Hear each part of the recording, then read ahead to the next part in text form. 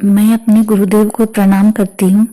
मैं आपको पौष माह की कृष्ण पक्ष की सफला एकादशी व्रत की कथा सुना रही हूँ। युधिष्ठिर ने भगवान श्री कृष्ण से पूछा कि पौष माह के कृष्ण पक्ष में जो एकादशी होती है उसका क्या नाम है, उसकी क्या विधि है तथा उसमें किस देवता की पूजा की जाती है, यह बतलाएं। भगवान श्री कृष्ण ने कहा, राजेंद्र बतलाता हूँ, सुनो। बड़ी बड़ी दक्षिणा वाले यज्ञों से भी मुझे उतना संतोष नहीं होता जितना एकादशी व्रत के अनुष्ठान से होता है। इसलिए सर्वथा प्रयत्न करके एकादशी का व्रत करना चाहिए। पौष माह के कृष्ण पक्ष में सफला नाम की एकादशी होती है। उस दिन पूर्वोक्त विधान से ही विधि पूर्वक भगवान नारायण की पूजा करनी चाहिए। एकादशी कल्याण करने वाली है, अतः इसका व्रत अवश्य करना उचित है। जैसे नागों में शेष नाग, पक्षियों में गरुड़, देवताओं में श्री विष्णु तथा मनुष्यों में ब्राह्मण श्रेष्ठ है, उसी प्रकार संपूर्ण व्रतों में एकादशी तिथि का व्रत श्रेष्ठ है। राजन, सफला एकादशी को नाम मंत्रों का उच्चारण करके फलों के द्वारा श्री हरि का पूजन करें।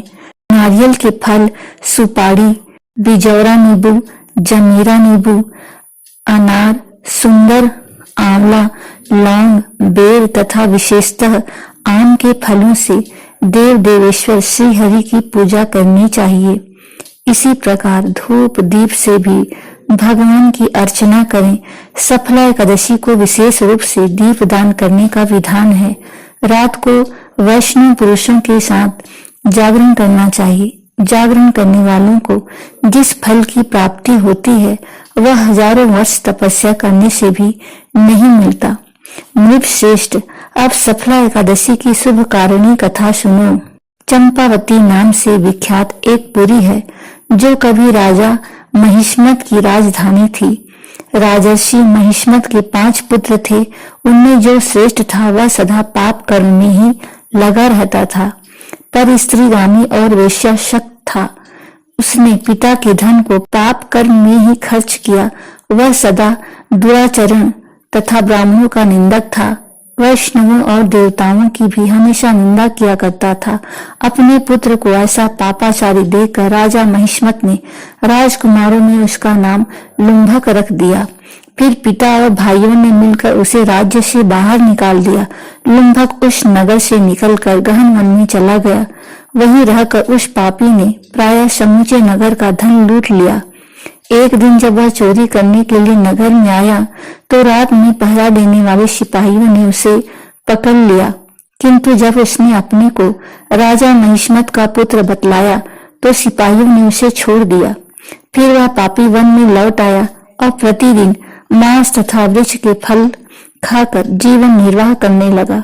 उस दुष्ट का विश्राम स्थल पीपल वृक्ष के निकट था।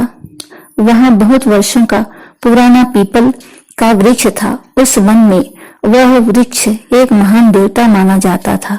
पाप बुद्धि लुम्भक वहीं निवास करता था। बहुत दिनों के पश्चात एक दिन किसी संचित पुण्य के प्रभाव से उसके द्वारा एकादशी के व्रत का पालन हो गया। पौष मास में कृष्ण पक्ष की दशमी के दिन पापिष्ट लुम्भक ने वृक्षों के फल खाए और वस्त्रहीन होने के कारण रात भर जाड़े का कष्ट भोगा। उस समय न तो उसे नींद आई और न आराम ही मिला। वह निष्प्राण सा हो रहा था। सूर्योदय होने पर भी उस पापी को होश नहीं आया। सफला एकादशी के दिन भी लुम्भक बेहोश पड़ा रहा। दोपहर होने पर उसे चेतना प्राप्त हुई। फिर इधर उधर दृष्टि डालकर वह आसन से उठा और लंगड़े की भांति पैरों से बार बार लड़खड़ाता हुआ वन के भीतर गया। वहां भूख से दुर्बल और पीड़ित हो रहा था।